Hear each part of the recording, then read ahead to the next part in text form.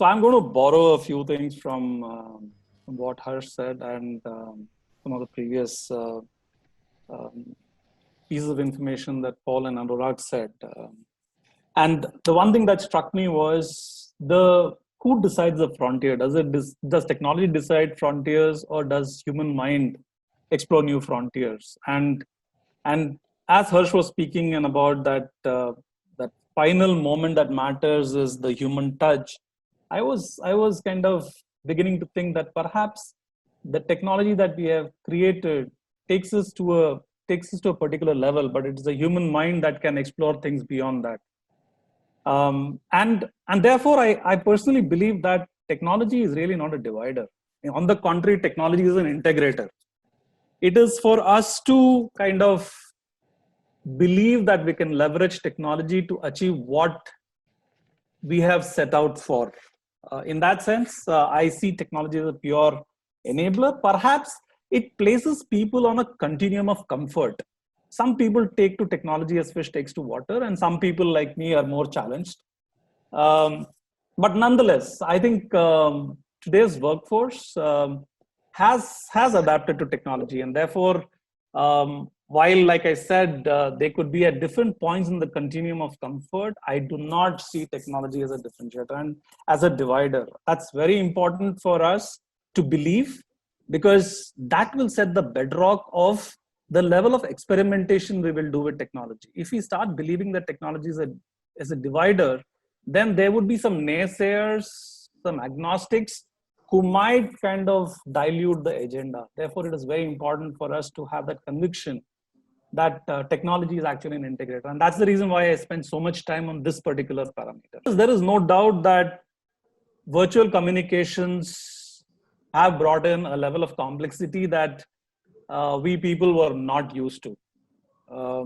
It was like, for instance, if I take my own example, I would always prefer a face-to-face communication, a moment of chai time with people, whether it is in my office or whether I walk people to the cafeteria, or even if I don't smoke, walk down with a business leader who wants to take that fact break, because that's so much of valuable time for me, one-on-one with that person. And that's not available to me. So there is that complexity. But I think it is for us to use this opportunity to have meaningful conversations and see how do we kind of place them in our working agenda. And as people were speaking, I went and suddenly that 4 W's and 1 H kind of struck me. Okay, and that's a universal thumb rule of how you look at communication. And I suddenly felt that this compassionate communication can be structured around not only the what, but the when and the how. Okay, because one of the things, and Ash talked about, and I'm sorry, Harsh, that I'm kind of picking on what you said, because there were so many simplistic nuggets that you kind of placed in your narration that I feel compelled to kind of feed off that. The when becomes a very, very integral part, because people have suddenly seen an elongation of their workday. Okay, and Priyanka also mentioned about this, about the burnout that kind of bubbled up in the pulse surveys and stuff like that. And that's because people are still adapting to this new paradigm, where they still are yet to kind of differentiate between what could have been a work time and what is their personal time. And that's kind of leading to a lot of stress in people. And therefore, one of the things that I believe should be an integral part of defining a compassionate communication agenda for organizations is defining the whens. Allow people the flexibility to choose their work day, if I may. Okay, of course there need to be overlaps, but I think believing that somebody is in front of the machine and therefore, or has got the machine at home and therefore is available 24/7 is, I think, it could be a fall in employee health and well-being and organizational health. And therefore, it is very important that the when is taken care of, and the how is kind of taking off this empathy and compassion and stuff like that. Okay, these are two very, very important pieces. And I, for one, believe that it is not just the HR people who are custodians of this, because the industry that we are in today, I think the managers are as much HR people in terms of driving this agenda forward. And therefore, there is a need for us to coach the managers who, in Paul's words, when they were caught up in that respond phase, when it was important to keep the lights on, not to ensure that we miss on SLAs, I think many industries, and especially I'm so proud to be part of the IT's industry today, that we have not failed the world. We have kept up our SLAs, we have kept the lights running for our clients. And it was possible because of the entire workforce, because of the technology backbone that India has been able to create.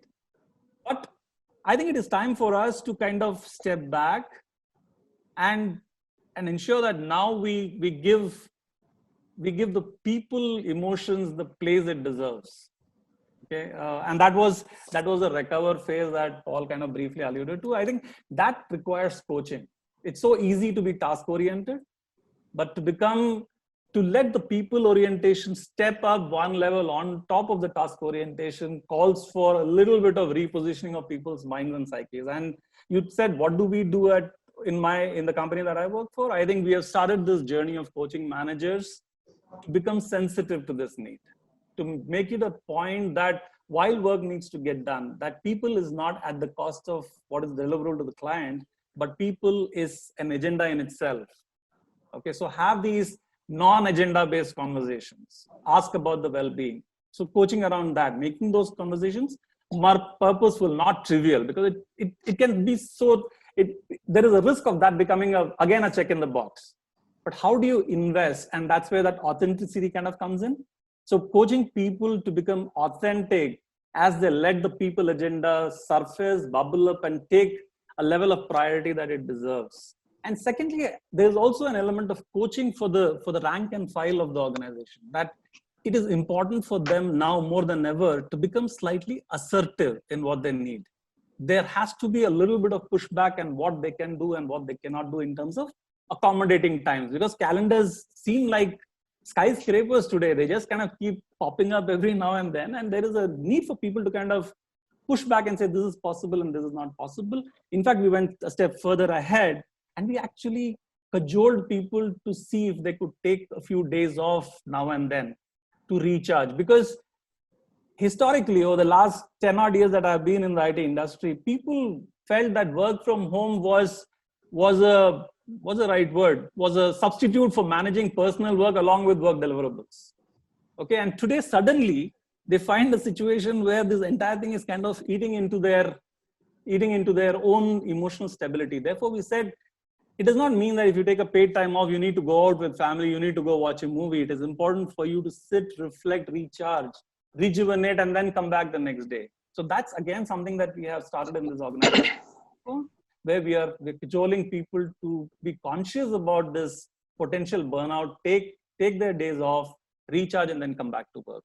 But all in all, exciting times, very challenging times. And after a long time, I felt that we got a great opportunity to contribute to business functions and get that central piece in the piece of action. Before I get into that answer, as you were saying this, I wanted to narrate a slightly unrelated kind of anecdote here. I grew up in Delhi. I was born into a family of South Indians. So all our neighbors used to have salad, तो सलाद बोलते थे हिंदी में, as part of their meal. And in our case, there used to be none. But all of us felt that we were having sumptuous and healthy meals. And as I grew up, I saw that salads had the potential to become a full meal as well. And different salads kind of cropped up depending on different diet plans. Okay. So if you take work from home as a salad in a meal, so that entire bouquet is possible. You could mix and match based on your appetite. That appetite will be driven by the business model that your particular organization practices, the kind of client engagements that determine the business mix that you have. So what is surely going to happen is that work from home as a viable option has gained acceptance, and I think has been established at a pedestal beyond doubt. So the naysayers probably at the moment have a thumbs down. But will it become an overarching and overwhelming business model? I think I hold a little bit of circumspection on that particular stuff, primarily because of a couple of things. Because this is just not about people connecting from home and delivering to what your results need to be. I think there are businesses which are extremely paranoid about data security, about cyber security and things like that, which will have a very, very big say in how the future business models will become. Uh, I'm also reminded of a conflict resolution grid that was taught to me when I was in college, where you could get on doing things in a compromise model, but success will come only when you collaborate, right? So today is a compromise situation where people are wanting to keep lights on, but they would not want to do anything that will risk their basic business models, which will be determined by things like I said about cybersecurity, data privacy, and things like that. But work from home as a viable um, work model, as a viable talent retention model has been established. What is likely to happen, and if we were to think in terms of real estate planning and stuff like that, perhaps real estate might not no longer would grow in a linear fashion to the headcount growth. Sure. I think businesses will try to find ways of merging this as part of their routine business operations, but offices are there to stay, because apart from clients' needs, people have social needs. Sure. Offices have to kind of cater to that.